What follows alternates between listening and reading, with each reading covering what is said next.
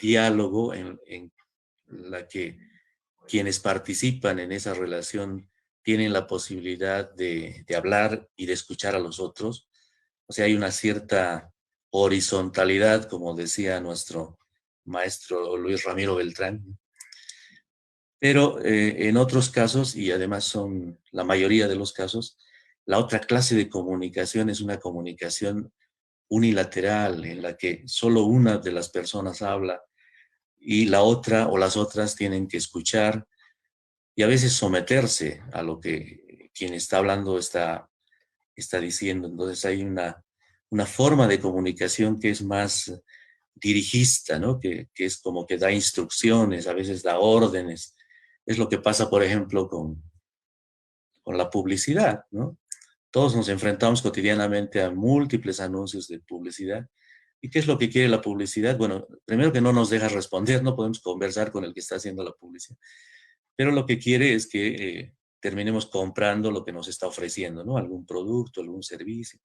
O sea, se nos está dirigiendo. A veces eso pasa en la educación, ¿no? Eso fue cuestionado hace muchos años ya por otro de los grandes maestros de la comunicación en América Latina, que fue el brasileño Paulo Freire, que decía eso de la educación tradicional, que era una educación que trataba de poner unos contenidos, unas ideas en las cabezas de los educandos, y cuando tomaba exámenes lo que pedía era que repitieran las ideas, las informaciones que les había dado el profesor. Eso pareciera que se sigue repitiendo en buena medida, a pesar de todas las posibilidades que en el lado positivo han abierto, por ejemplo, las llamadas nuevas tecnologías de la información y la comunicación. Entonces, la comunicación, por una parte, es algo que, como decía, vamos aprendiendo, vamos conquistando y siempre podemos mejorarla. Por otro lado, es un ámbito de problemas, ¿no? Porque hay situaciones en las que como personas humanas nos vemos constreñidas, nos vemos limitadas, nos vemos condicionados en general, ¿no? Y esto pasa, por ejemplo, en el ámbito sociopolítico.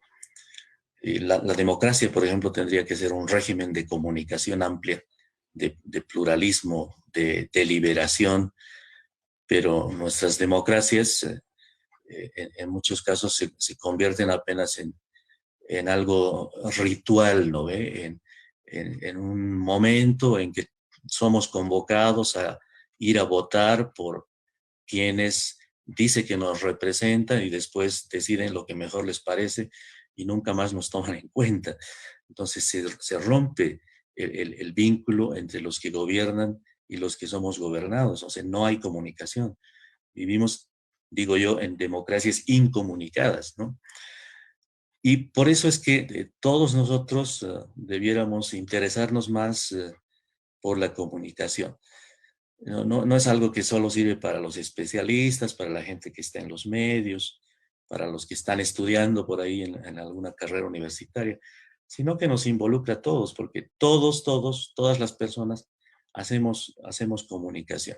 La diferencia con quienes algo hemos estudiado de esto es que podemos tener una dedicación profesional a la comunicación, pero después la comunicación es un componente humano y en ese sentido tenemos que asumirlo y analizarlo y ver cómo podemos potenciar sus capacidades.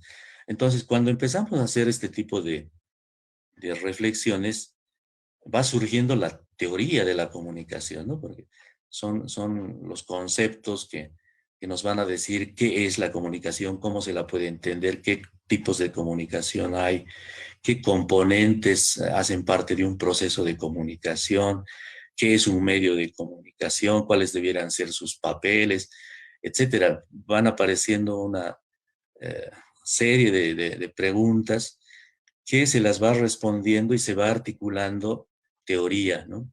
La teoría es eso, es la puesta en concepto de las realidades prácticas, ¿no? Y en las teorías de la comunicación, como sucede en general con las teorías sociales, no hay un único punto de vista, sino que hay diversas maneras de entender la realidad social, la realidad de la comunicación, como lo que ya les decía, ¿no? Que por un lado puede haber una comunicación dialógica y por otro lado puede haber una comunicación unilateral impositiva, ¿no? Entonces ya son dos puntos de vista para entender lo mismo. Y en ese transcurso de ir organizando estas ideas y de ir desarrollando diferentes puntos de vista, se puede decir que en general, en nuestro ámbito ya, digamos, académico de la comunicación, hay básicamente dos grandes corrientes de pensamiento. Una corriente que es la fundadora, la original, ¿no? Por donde empiezan estas sistematizaciones conceptuales sobre la comunicación, es la que podemos llamar la corriente pragmática, que es una corriente desarrollada sobre todo en los Estados Unidos de Norteamérica desde los años 20 del siglo pasado, y que se preocupa por que la comunicación sea útil, sea útil para la obtención de determinados objetivos de quienes, de los emisores, ¿no? En un proceso de comunicación hay un emisor, digamos, alguien que habla, siempre va a haber un medio por el que se habla, va a haber un mensaje, algo que se dice, y al otro lado va a haber alguien que recibe, ¿no? Un receptor o muchos, ¿sí? Entonces, en la corriente pragmática lo que prevalece es el interés del emisor. ¿Qué es lo que quiere conseguir el emisor con su comunicación? Y de ahí viene el pragmatismo, ¿no? De la utilidad y a veces de la instrumentalización de la comunicación. O sea, usar la comunicación para conseguir los fines, los propósitos del emisor. Es, por ejemplo, lo que pasa, de nuevo digo, con la publicidad. El que está publicitando un producto, ¿qué es lo que quiere con su comunicación? Quiere vendernos, ¿no? Es lo que pasa con un candidato político. ¿Qué es lo que quiere el candidato político? Que le apoyemos, que le demos nuestro voto. O sea, usa la comunicación para tratar de conseguir eso, ¿no? Es lo que puede pasar en el plano religioso también, ¿no? ¿Qué es lo que hace un predicador? Bueno, intentar convencernos con sus propuestas y que nos convirtamos en su seguidor, ¿no? En sus seguidores. Entonces, ese modo de aplicar la comunicación tiene que ver con esta corriente pragmática. Y frente a esa corriente surge otra, más o menos entre los años 30 y 60 del siglo pasado, que tiene base más bien en Europa y que podemos siguiendo a varios autores, llamarla crítica, es la corriente crítica en la comunicación. Esta corriente lo que dice es que la comunicación no debiera ser una herramienta de manipulación de las conciencias, ¿no? Una herramienta de control de las sociedades, sino que más bien debiera permitir a la gente expresarse, sentirse libre. Y bueno, por eso digamos que en líneas generales es una corriente crítica. ¿Crítica de qué?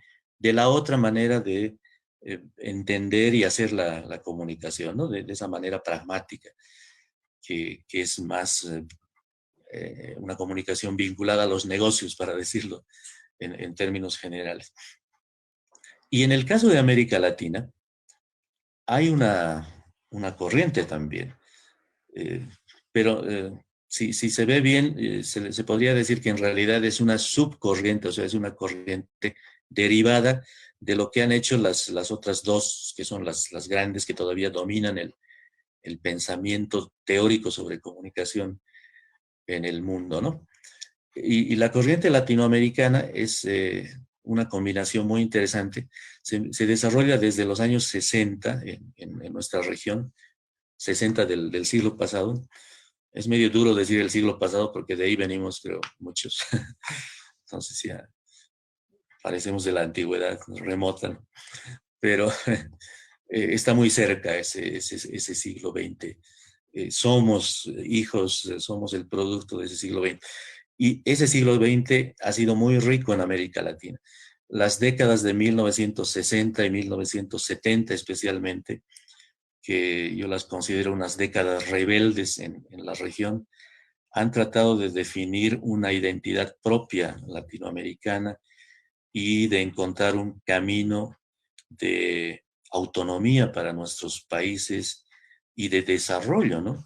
Entonces, justamente esta corriente de pensamiento en América Latina la podemos caracterizar como crítico utópica, ¿no? Porque hace una crítica de los sistemas dominantes de comunicación que reproducen modelos extranjeros, que reproducen modelos de negocios, podríamos decir en términos más actuales, ¿no? Porque, por ejemplo, los grandes medios en la región, los grandes medios más que de comunicación, de difusión, se caracterizan por ser empresas que están buscando lucro, ¿no? Y estas empresas entonces no están muy interesadas en que los sectores sociales tengan participación con sus voces, con sus problemas, con sus necesidades, con sus demandas, en los espacios que generan esos grandes medios. Y se produce entonces la marginación de grandes grupos de la sociedad, de los circuitos centrales de la comunicación. Esto afecta a todos también, ¿no? No sé, por ejemplo, si pensamos en los productores culturales, ¿dónde quedan los artistas en esta lógica de control? Cuando un artista resulta exitoso, o sea, cuando tiene que someterse a las reglas de juego del gran sistema comercial, si no está en la periferia y no tiene más por venir. Lo mismo le pasa a un escritor, lo mismo le pasa a un guionista de series radiofónicas, de series televisivas, de documentales. Bueno, entonces hay un complejo ahí que eh, se puede decir que incluso discrimina a sectores sociales. Y bueno, la corriente latinoamericana, la crítico utópica, lo que planteó fue que se pudiese conquistar espacios para la voz de los marginados en ese gran marco de dominio, sobre todo de los sistemas mediáticos, que en los países, en muchos casos, dependen de los sistemas mediáticos de otros países. No sé, por ejemplo, ahora podemos pensar en lo que pasa aquí en Bolivia con la televisión. Los canales locales están cada vez más puestos en situación de marginalidad. Cada vez más la gente prefiere acercarse a la oferta televisiva extranjera que viene vía cable, ¿no? Y entonces eso, por los contenidos que trae esa televisión extranjera, nos separa de nuestra realidad y de las preocupaciones inmediatas. Nos hace desentendernos de lo cercano, ¿no? De lo que debiera preocuparnos en primer lugar. Y entonces pocos medios están orientados a atender esas necesidades. Y aquí debo poner el ejemplo de Cancha Parlaspa, por ejemplo, es una radio concebida localmente para atender ese tipo de necesidades que seguramente no tienen cabida en otros medios que se consideran grandes y obviamente no van a tener ninguna cabida en los medios internacionales, ¿no? Entonces, la corriente crítico-utópica latinoamericana ha planteado esa preocupación por intentar recuperar la comunicación para la gente, la comunicación para el pueblo, para el ciudadano. Hay una variedad de, digamos, posibilidades de trabajar en esto, en ese sentido, ¿no? Pero esta corriente que yo decía que al final de cuentas es una subcorriente, ¿no? Porque, ¿qué ha pasado? No se ha puesto enfrente realmente de sobre todo la corriente pragmática, ¿no? Sino que quería hacerle una especie de boquete para que desde ahí se pueda hablar por los marginados, ¿no? La Iglesia Católica, por ejemplo, en los años 70 planteó ese lema de dar la voz a los que no tienen voz, pero a veces no se les devolvía la voz, sino que se hablaba en nombre de ellos. Y entonces los que no tenían voz seguían sin voz, seguían acallados, ¿no? Y había un intermediario, un representante que decía que estaba expresando su palabra. Es lo que pasa, por ejemplo, con organizaciones políticas, ¿no? Que se atribuyen la voz del pueblo, ¿no? Que dicen representar a sectores desposeídos, a los humildes, etcétera, ¿no? Pero que en realidad no están haciendo un trabajo de reivindicación de derechos, de democratización efectiva y de liberación de las personas y de los colectivos. Y por eso esta corriente del pensamiento latinoamericano tiene sus límites. Y para llegar al punto final y ya poder iniciar la conversación más dialogada, en la actualidad y desde, bueno, hace ya algunos años, la actualidad no tiene un punto definitivo, ¿no? De inicio o de cierre, depende desde dónde leemos esa actualidad. Pero en los momentos actuales en América Latina se está trabajando un nuevo pensamiento crítico que está vinculado al pensamiento decolonial, ¿no? Esto está trayendo novedades a la reflexión sobre la comunicación, porque, por ejemplo, vamos a entender a la comunicación como uno de los recursos de sometimiento colectivo que ha sido establecido desde ya casi tiempos inmemoriales por los procesos de conquista de las sociedades del Nuevo Mundo. O sea, la comunicación se ha usado para deshumanizar, se ha usado no solo para marginar, se ha usado para silenciar a sociedades completas. Y se lo sigue haciendo. La, digamos, la rémora, lo que permanece de los tiempos de la conquista y la colonia de hace más de 500 años, desde esta perspectiva decolonial, es lo que se llama, es una palabra medio extraña todavía, ¿no? Es lo que se llama colonialidad, ¿no? Es una idea que la hemos ido incorporando históricamente en el sentido de que somos sociedades inferiores, ¿no? De que somos sociedades que hemos llegado tarde a la historia y de que tenemos que, por lo tanto, seguir el camino que nos muestran los que se consideran desarrollados, ¿sí? Y estos desarrollados, entre comillas, son los que siguen manejando los modelos fundamentales de comunicación, y no solo de comunicación, ¿no? Sino en general de la ciencia, de la política, de la economía, etcétera. Y eso impide que nuestra propia historia, que nuestra propia identidad, que nuestros propios proyectos de vida puedan manifestarse, puedan crecer, puedan establecerse. Y por eso podríamos decir que tenemos unas sociedades dependientes. Y dentro de las sociedades dependientes también se reproduce este esquema, ¿no? Hay unos que controlan a la sociedad a la mayoría de la sociedad. Y esa sociedad sigue reproduciéndose en una vida casi sin porvenir que les pueda llevar a la realización personal y a la realización colectiva.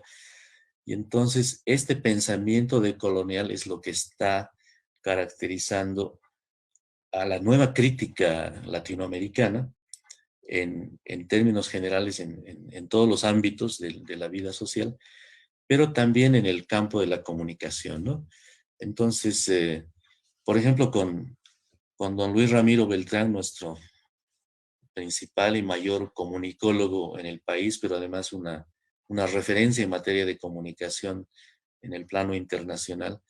Hace un poco más de 10 años se llevó adelante un primer paso de un proyecto que se debe continuar, que ha sido el de la revisión de la historia de la comunicación en América Latina, pero mirando lo que teníamos de comunicación antes de que llegara Cristóbal Colón y todo su proyecto de civilización, ¿no? Es que en estas sociedades no había comunicación, es que la comunicación aparece, como dicen los libros de historia de la comunicación, solo cuando se inventa la imprenta, y además la imprenta de Gutenberg, o sea, no se toma para nada en cuenta todos los antecedentes de la imprenta que hubo en la China, ¿no? Incluso cientos de años antes de que Gutenberg inventara la imprenta de tipos móviles, ¿no? Hacia el siglo XV. O sea, pareciera que no teníamos nada de comunicación y que la comunicación surge solo con la imprenta y por lo tanto con la palabra escrita, y aquellas sociedades que no tienen palabra escrita, bueno, son sociedades ahistóricas, ¿no? Son sociedades sin sentido, son sociedades salvajes, ¿no? Y por eso hay que civilizarlas, ¿no? Entonces, de ahí viene toda esta novela de cómo tiene que seguirse un patrón de desarrollo que es establecido por los que se habían hecho a sí mismos como la pauta universal a la que hay que seguir.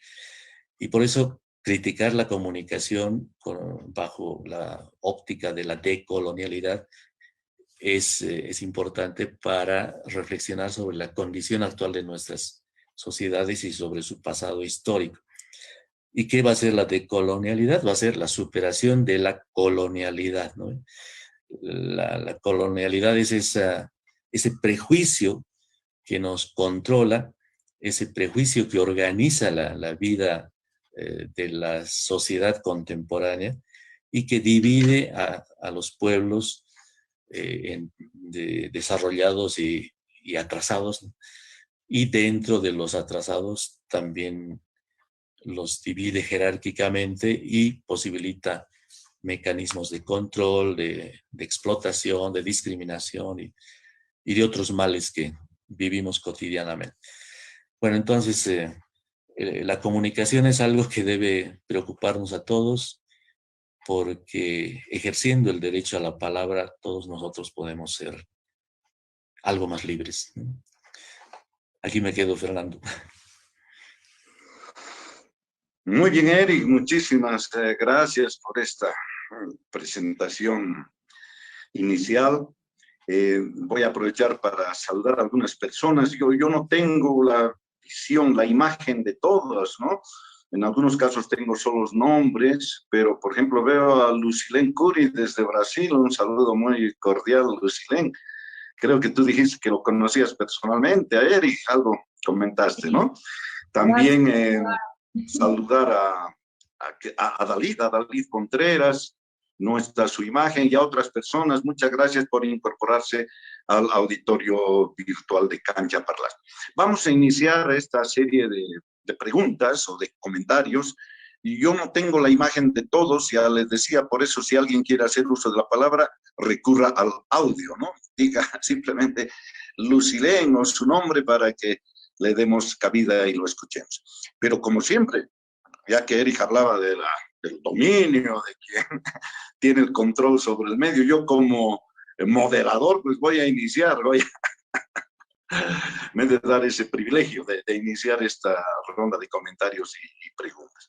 Y ciertamente, Eric, aparte de todo lo interesante que has mencionado, me llamó y me provocó especialmente inquietud. Esto de que tú hablabas en tu última parte de la colonialidad, ¿no? Y que frente a eso pues tiene que haber un proceso de deconstrucción de aquello. Y lo que dijiste pues en materia de diagnóstico, me llevó nomás a casi lo mismo que se criticaba y se denunciaba en los años 60, cuando surgió esta corriente crítica latinoamericana a la que tú te referías. Esos sueños, esos anhelos, esas metas, que me han notado algunas, ¿no? La rebeldía para tener mayores espacios, la búsqueda de identidad propia, de autonomía, la conquista de nuevos espacios, ruptura de marginalidades, en fin, todo aquello, ¿no? Búsqueda de justicia, la profundidad de la democracia, todo aquello, hermosos sueños que en buena medida se reflejaron también, ¿te acuerdas?, en el planteamiento por un nuevo orden mundial de la comunicación y la información. Sueños, tal vez utopías. Fueron tanto así, Eric, utopías, es decir, que hemos avanzado después de los años 60, estamos hablando de 60 años después prácticamente, ¿no? ¿Qué hemos avanzado en cuanto a esos sueños? ¿O podemos hablar de que hemos fracasado y de que la comunicación también en apoyo a esos ha fracasado? Solo que yo no tengo retorno por el Zoom no tengo retorno. No sé si pueden escuchar. Ya estamos, bueno, yo escucho perfectamente a Eric, no sé los demás cómo están con el tema de sonido.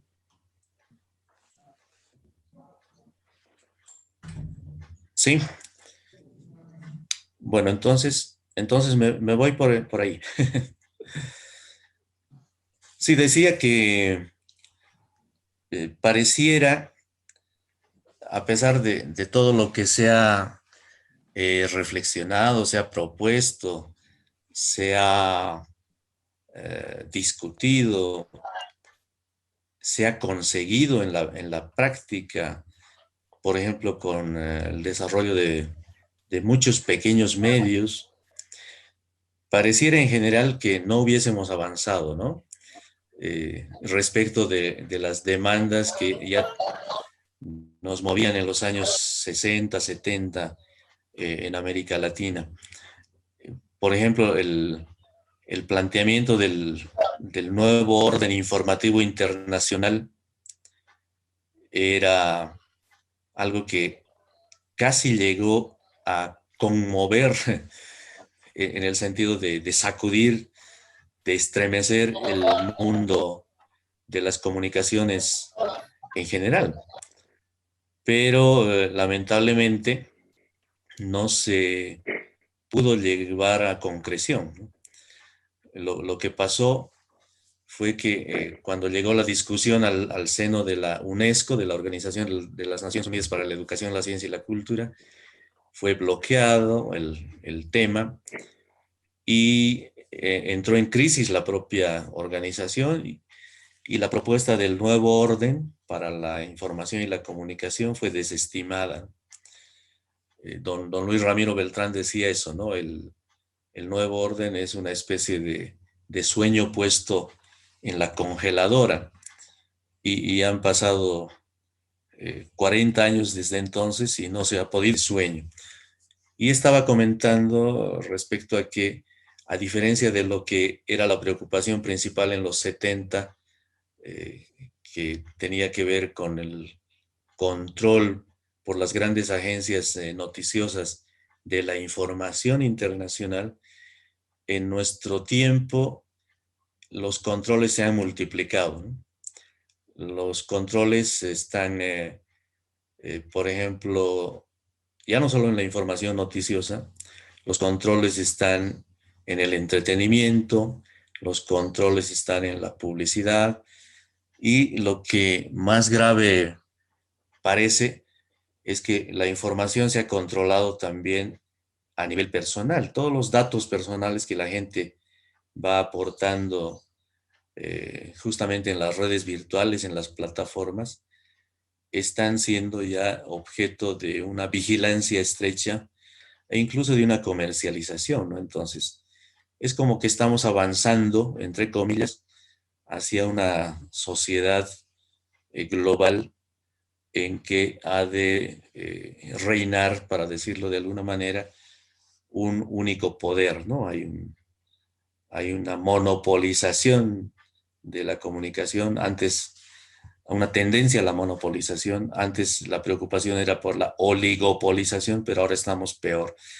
Eso es lo grave. Y entonces hace falta también que las respuestas sean más radicales, más contundentes, y se inicie una disputa más abierta del espacio comunicacional.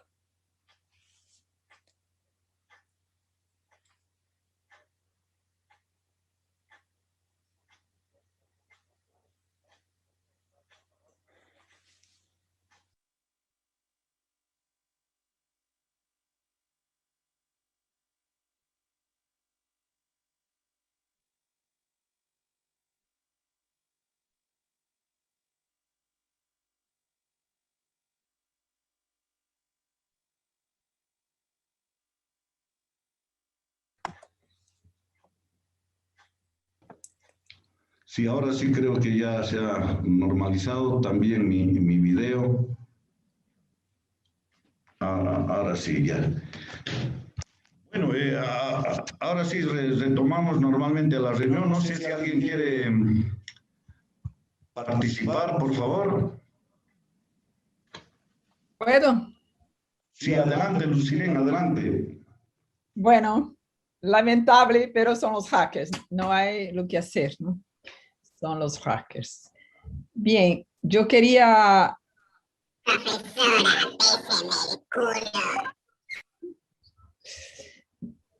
¿Me escucha, Eric? Sí, adelante, adelante. Ahora sí, sí, Lucilene, adelante.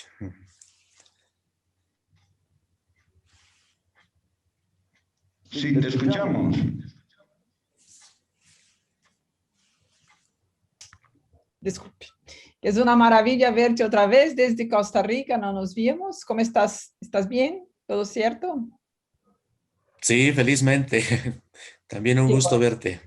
Igualmente. Entonces, no es una pregunta, pero una reflexión y después una consulta.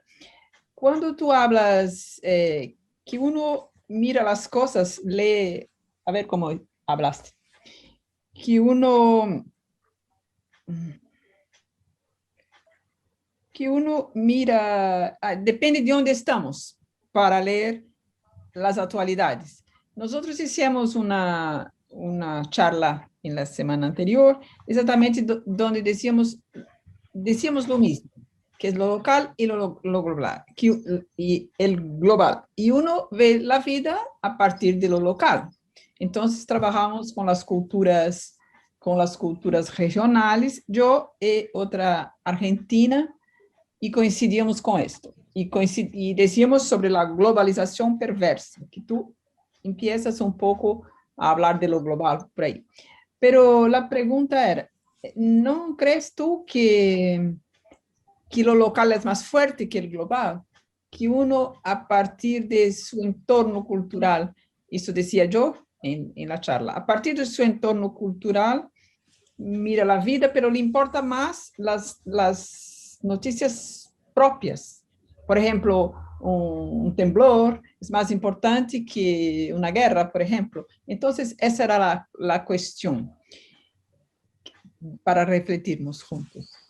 Ajá.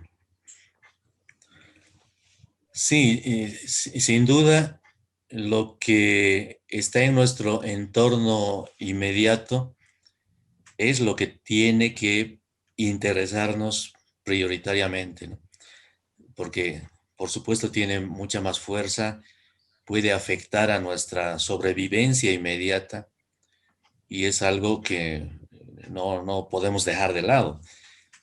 Pero la fuerza de la comunicación globalizada y de sus modelos es cada vez mayor, ¿no? Y en muchos casos está empujando a la gente a separarse de su localidad y se empieza a vivir una especie de vida ajena. Hay grupos en nuestras sociedades que tienen la vista puesta en otras sociedades es como un chiste un poco preocupante, ¿no? Que dice que alguien le pregunta a un niño de un país de América Latina, ¿qué es lo que quieres ser cuando seas grande? Y el niño dice, quiero ser extranjero, ¿no? Y en esta palabra, en el término extranjero, está toda esa idea de que su propia realidad es muy limitada, es pobre, es indeseable, y que lo que hay que hacer es querer vivir como viven más allá, ¿no? Como aquellos que aparecen en las series de televisión, en las películas de superhéroes. Entonces, yo quiero ser como ellos, es más o menos la consigna. Y eso entra muy fuertemente por los procesos globales de comunicación, por las redes virtuales, no sé.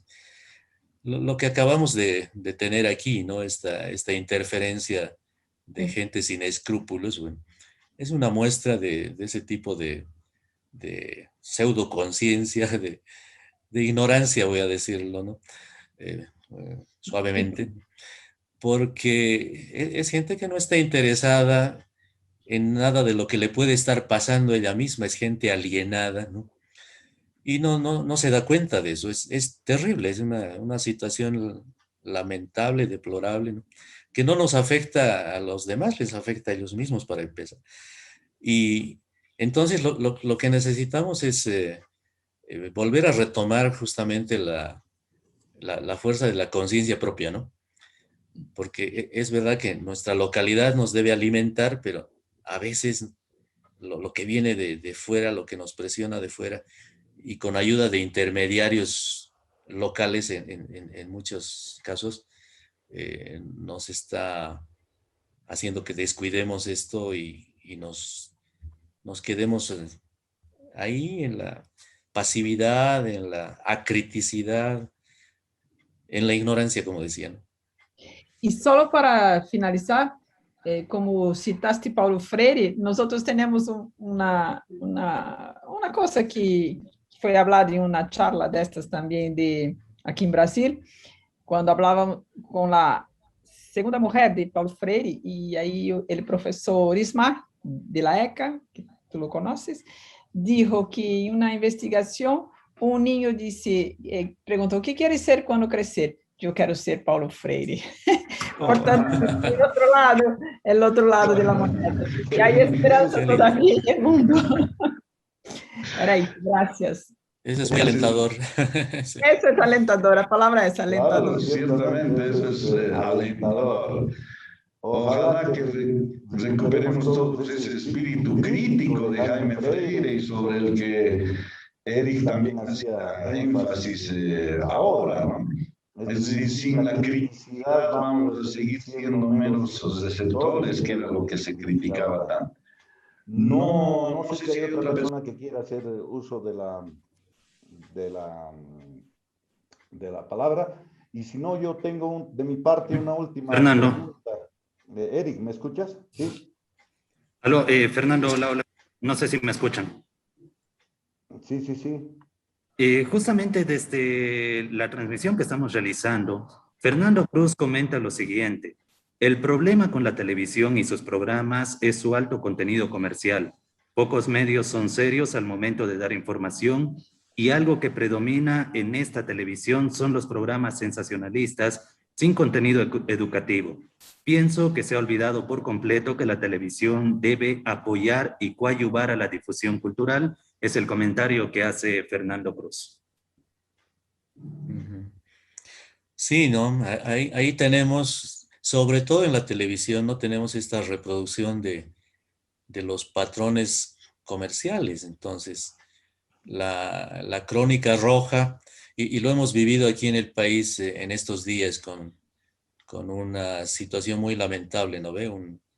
La muerte trágica de 2 personas que además eran casi personajes de un programa televisivo, ¿no?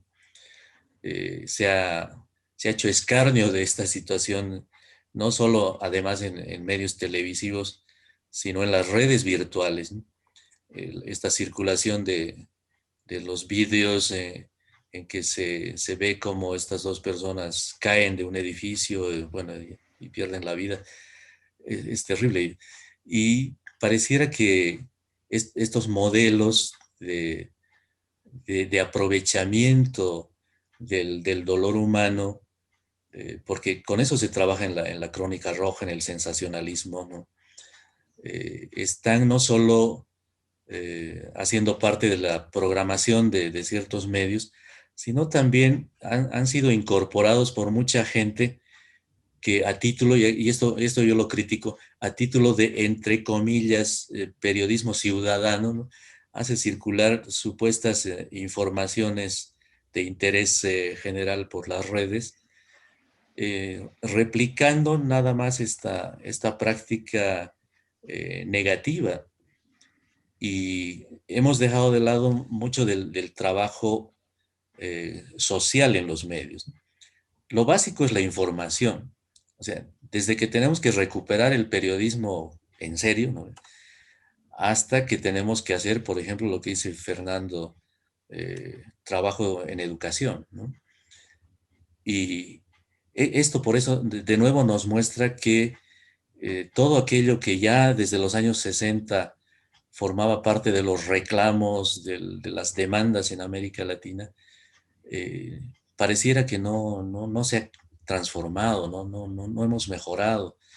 Más bien, los nuevos dispositivos de la comunicación están aportando a lo opuesto, a lo cuestionable. Y por eso hace falta que sigamos con esta línea de reflexión, de diálogo, de análisis, de toma de conciencia, de educación, para que todos en general podamos aprovechar de mejor manera la comunicación para construirnos como personas humanas y como sociedades humanas, ¿no? No, no como objetos y como instrumentos apenas. Muy bien. Iván, no sé si me Hola. escuchas bien. Hola, Iván, ¿sí me escuchas? hola. Sí, te escucho, Fernando. Tenemos también la participación de Nela Tamayo, quien ha dado la mano también para participar de esta Muy actividad. bien, Nela, te vamos a dar la palabra ahora mismo. Nos vamos a tener que extender un poco, Eric, aprovechando de tu tiempo y también de los participantes. Esa interrupción, pues, no nos ha permitido seguir esto normalmente, así que nos vamos a pasar unos minutos, ¿ya? Por favor. Nela, adelante, te escuchamos. Adelante. Buenos días, Fernando Andrade. Buenos días, licenciado Eric Torrico. Un gusto estar escuchándolo. Siempre es muy rico. Uno se fortalece y además se alimenta de tantos conocimientos de ustedes. Yo tengo una consulta a partir de la interculturalidad.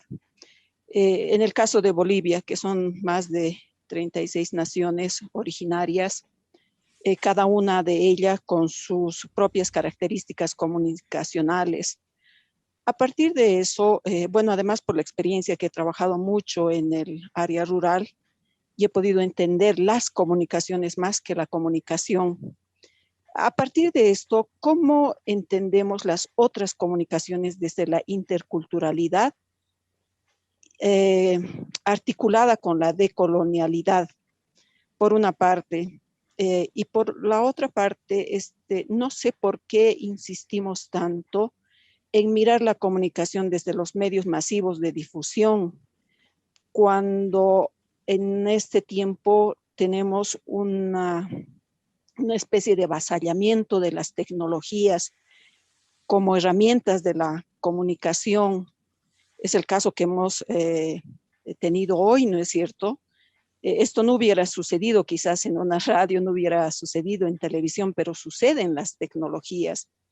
Si bien las tecnologías pueden ser muy positivas para la democratización de la palabra, la democratización de la información y de la comunicación, pienso yo, siento además que mediante las redes sociales sobre todo, en vez de ser una comunicación horizontal, está produciendo una comunicación vertical, porque son unos cuantos pocos los que tienen la propiedad de ello y avasallan con esa propiedad de la palabra. Pero esto también se articula a lo que le decía en la anterior consulta, que es los pueblos indígenas, las provincias, las comunidades, donde no llega casi el agua, pero ha llegado la tecnología. ¿Estas características nos dividen o nos unen definitivamente en la comunicación? Quiero entender desde la labor del comunicador, no solamente desde la audiencia, desde el público, desde el usuario. Gracias. Sí, gracias, Nela. Son, creo, dos problemáticas muy importantes. La comunicación, bueno, si bien la podemos conceptualizar en términos más o menos homogéneos, ¿no? Lo cierto es que en los hechos, más bien resulta pertinente, como dice Nela, hablar de comunicaciones, ¿no? Porque cada grupo social, cada persona, al final de cuentas, ha de tener una forma de expresarse y un repertorio para expresarse. Y comunicarse entonces es toda una tarea, es una labor muy, muy compleja porque hay que tratar de lograr el entendimiento recíproco y eso no es nada sencillo. Cada uno de nosotros es un mundo, nuestro grupo social es otro mundo y entonces se trata de lograr una interrelación entre estos mundos. Y bueno, la decolonialidad justamente apunta a eso, a revalorizar el pluralismo, porque los modelos dominantes que guían a los medios tradicionales, la prensa, la radio, la televisión, el cine, y también, como bien decía Nela, están presentes en las nuevas tecnologías, en las redes virtuales, en las plataformas virtuales, ¿no? Más bien anulan esa diversidad. O sea, dan la sensación de que estarían siendo un espacio para el reflejo, la expresión de la diversidad, pero en los hechos no. Se trata más bien de poner todo más o menos en una sola línea. Y entonces lo que hace falta, aquí habría que recuperar una de las propuestas centrales de los años 70 y además una propuesta trabajada por don Luis Ramiro Beltrán.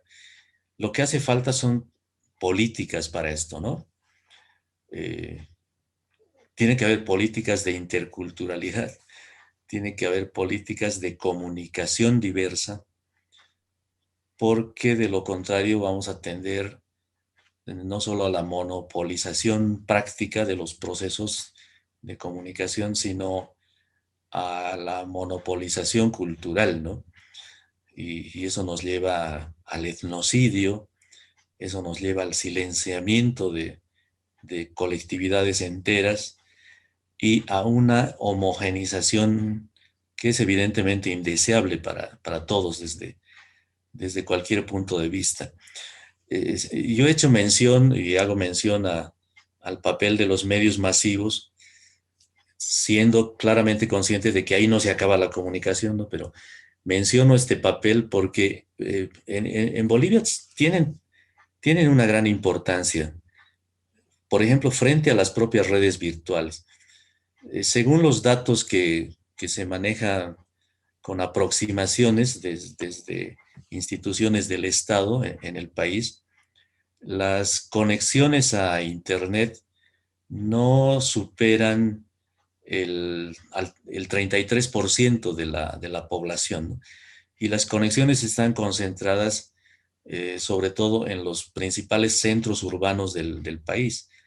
Santa Cruz, La Paz y Cochabamba tienen la mayoría de estas conexiones y por lo tanto el trabajo que se puede hacer en relación a las redes virtuales está focalizado en esos sitios. Sí hay más teléfonos celulares en Bolivia que habitantes, ¿no? Pero eso no significa que todos los habitantes del país tengan acceso a la Internet, porque más del 60% de los teléfonos no son teléfonos inteligentes. Y entonces en las áreas rurales, por ejemplo, si bien en algunos casos se tiene esta presencia de las tecnologías, no hay una prevalencia de las redes en cuanto a canales, digamos, de interacción. Y sigue siendo el lado convencional de los medios el que está más bien, más fuertemente presente en la mayoría de los lugares del país y de los sectores de la población. La radio ha perdido espacio frente a la televisión, y el periódico es casi marginal en el país, ¿no? Pero la circulación de información, por ejemplo, noticiosa, sobre todo se da por la televisión y por la radio.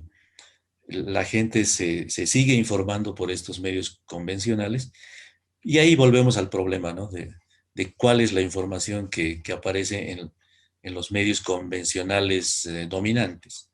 Es esa que debe ser la que le interesa especialmente a la gente de las localidades.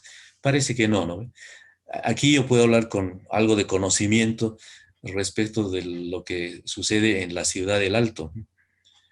El Alto, por ejemplo, en materia de información, depende casi en el 90% de los contenidos de lo que es la información generada en la ciudad de La Paz, ¿no? O sea, el Alto casi no recibe información sobre el Alto de sus propios medios. Es terrible la situación. Los periodistas están enfocados casi forzosamente a lo que está aconteciendo en la sede de gobierno, ¿no? Y me parece que eso ocurre en varias de nuestras ciudades, por ejemplo. Y las radios provinciales suelen replicar eso mismo. Entonces hay una centralización informativa de facto que bloquea el conocimiento de las realidades locales y por lo tanto anula también la posibilidad de la expresión en el idioma propio. En el Alto hay una presencia interesante de población hablante de aymara, pero la mayor parte de las comunicaciones que se hacen allá son en castellano, ¿sí? Ustedes pueden escuchar un noticiero radiofónico, un noticiero de televisión, y va a ser en castellano. Y los entrevistadores, que muchos saben hablar aymara, y a veces se contactan con fuentes informativas que también hablan aymara, pero hacen todo el diálogo en castellano, ¿no? Y sí se usa el aymara para otras cosas, ¿no? Para algunos programas, por ejemplo, de orden educativo, ¿no? Pero la información, que es algo que puede articular a la población, movilizarla en determinadas situaciones, está hecha en el otro idioma. Y si eso pasa con el aymara en una ciudad como el Alto, que está entre las tres primeras en población en el país, bueno, es más grave la situación en lugares con población mucho más restringida, ¿no? En número, y con pueblos entonces de estos 36 que mencionaba Nela, con pueblos que a veces no sobrepasan el medio millar de habitantes. Los idiomas están siendo puestos en la marginalidad, y bueno, hay que pensar, por eso decía, en estrategias, en políticas que puedan recuperar la comunicación intercultural, que es algo que sí podría unirnos más allá de esta unión forzosa por la vía de la imposición. Tenemos otras participaciones también a través del Facebook. Muy bien, gracias. No sé si hay alguna otra persona que quiera participar, y si no, Aló, yo aló. voy a permitir una última intervención de mi parte. Pero primero, Aló, si hay alguien Fernando. más que Hola, quiera hola. participar, por favor. No sé Sí, si me logran adelante. escuchar. Sí, adelante. Justamente a través del Facebook, Álvaro Rodríguez Antesana comenta lo siguiente: Buenos días, quisiera realizar una pregunta para el doctor Torrico. En Bolivia tenemos líneas de pensamiento propio respecto al tema colonial y el colonialismo interno. Y quisiera saber por qué, tomando autores cuya cosmovisión y origen ontológico nos remiten a otras experiencias de colonialismo del norte y Europa, o a los estudios postcoloniales africanos, cuando en Bolivia transcurrimos procesos tan particulares, pero que no podemos abordarlos desde pensadores geopolíticamente situados. Muchas gracias. El comentario de Álvaro Rodríguez Antezana. Bien, gracias a Álvaro por ese comentario. Evidentemente en el país se ha desarrollado un pensamiento anticolonial muy importante. Lo tenemos en el movimiento indianista, en el movimiento indigenista. Tenemos pensadores y autores de gran valía como Fausto Reinaga, por ejemplo, o actualmente Silvia Rivera Cusicanqui. Y en general en lo que se está trabajando en la región, en el desarrollo de un pensamiento decolonial, entran también varios autores que han estado planteando ideas de rebeldía frente a las situaciones de colonialidad y a las historias coloniales en otros continentes, porque este es un problema global, ¿no? El de la conquista y la colonia, el de la supeditación, el sojuzgamiento, es algo que atraviesa toda la historia de la humanidad. Y entonces lo que hay que hacer es recoger los aportes de las diferentes fuentes con las que se pueda contar en este ámbito. Sí está haciendo falta en nuestro país una discusión más detenida, más tranquila respecto de los puntos de vista que hay sobre el colonialismo y sus resabios o sus manifestaciones actuales. Incluso en el nivel de la política estatal se habla de la descolonización, en una determinada lógica, o de la despatriarcalización, que es otro de los elementos que ha sido incorporado, por ejemplo, por María Galindo en los últimos años al debate sobre estos temas. Y se trata entonces de algo en proceso, y más todavía en el caso de la comunicación. En comunicación estamos en América Latina trabajando sobre todo en el seno de la Asociación Latinoamericana de Investigadores de la Comunicación, desde hace relativamente pocos años en esta reflexión y recuperando las fuentes de conocimiento y de análisis que nos pueden ser pertinentes. En ese marco, también, por supuesto, entran en el diálogo los autores bolivianos, pero es algo que se está trabajando como una propuesta y por lo tanto no podemos decir que hay posiciones definitivas.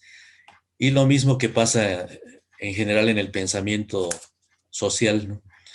En el caso de la decolonialidad hay diferentes puntos de vista y hay críticas internas también, hay pugnas, porque la discusión sobre el conocimiento, sobre la teoría, sobre la práctica concreta, da lugar, como es lógico, a la toma de posiciones y a los desencuentros. Pero de lo que se trata es de ir construyendo este proceso que al final en conjunto debe llevarnos a una definición de una posición en busca de mejores condiciones de vida para las personas y las colectividades. Muy bien, muchísimas gracias. Si no hay otra persona, entonces yo cesaría con una curiosidad frente a la cual no me puedo resistir. ya que estamos frente a uno de los principales teóricos de la comunicación en nuestro país, también en América Latina. En una anterior presentación dentro de este auditorio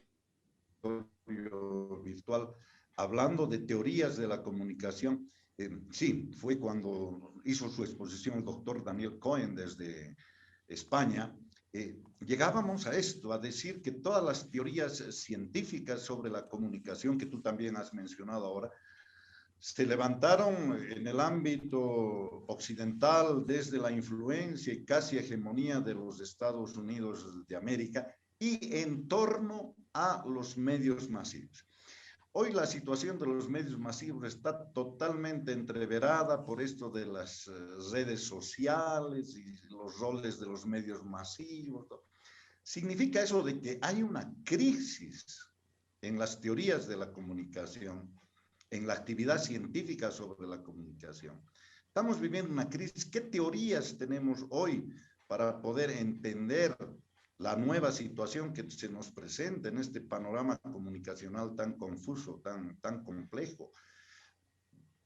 Todavía podemos alimentar la esperanza de hacer levantamientos teóricos propios desde América Latina. ¿En qué sentido? ¿Estamos viviendo una crisis de las teorías de la comunicación, estimado Eric? Sí, sí, yo diría que sí, porque si entendemos crisis como un momento en que se pierde una situación de estabilidad, hay un desequilibrio, hay un desconcierto y se abren oportunidades para pensar nuevos equilibrios. Estamos sí en una crisis en esto y en varios otros aspectos. Yo le he llamado a este mundo de las teorías que vienen de otros lados y dentro de la lógica de la decolonialidad, le he llamado la comunicación occidental, ¿no? Entre comillas, ¿no? Porque son teorías, estas que he mencionado a grandes rasgos, las que se agrupan en la corriente pragmática y en la corriente crítica, son teorías que han sido desarrolladas en el norte del planeta y en el norte occidental del planeta. O sea, son el reflejo de las condiciones, de la situación, de las circunstancias, de los proyectos de la civilización llamada occidental, ¿no? Y esas teorías sí se han concentrado fundamentalmente en la llamada comunicación masiva, ¿no? Y por lo tanto en los medios, en el papel de los medios, de los convencionales que hemos mencionado, ¿no? La prensa, la radio, el cine, la televisión.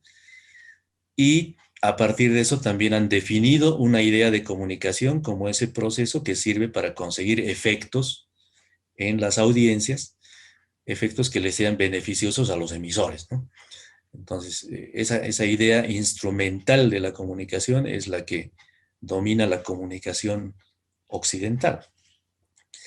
Y esa comunicación occidental evidentemente se ha estancado también, porque frente a como decía Nela, este avasallamiento de las llamadas nuevas tecnologías, por lo menos desde mediados de los años 80, no está dando respuestas comprensivas desde la teoría.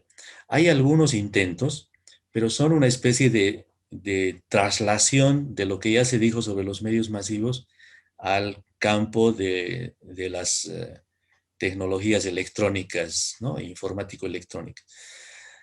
Y no hay hasta el momento mayores avances, mayores desarrollos en ese sentido.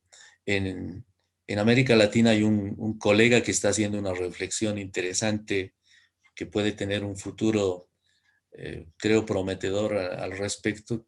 Es Carlos Scolari, ¿no? Es un colega argentino que trabaja mucho en España, ¿no?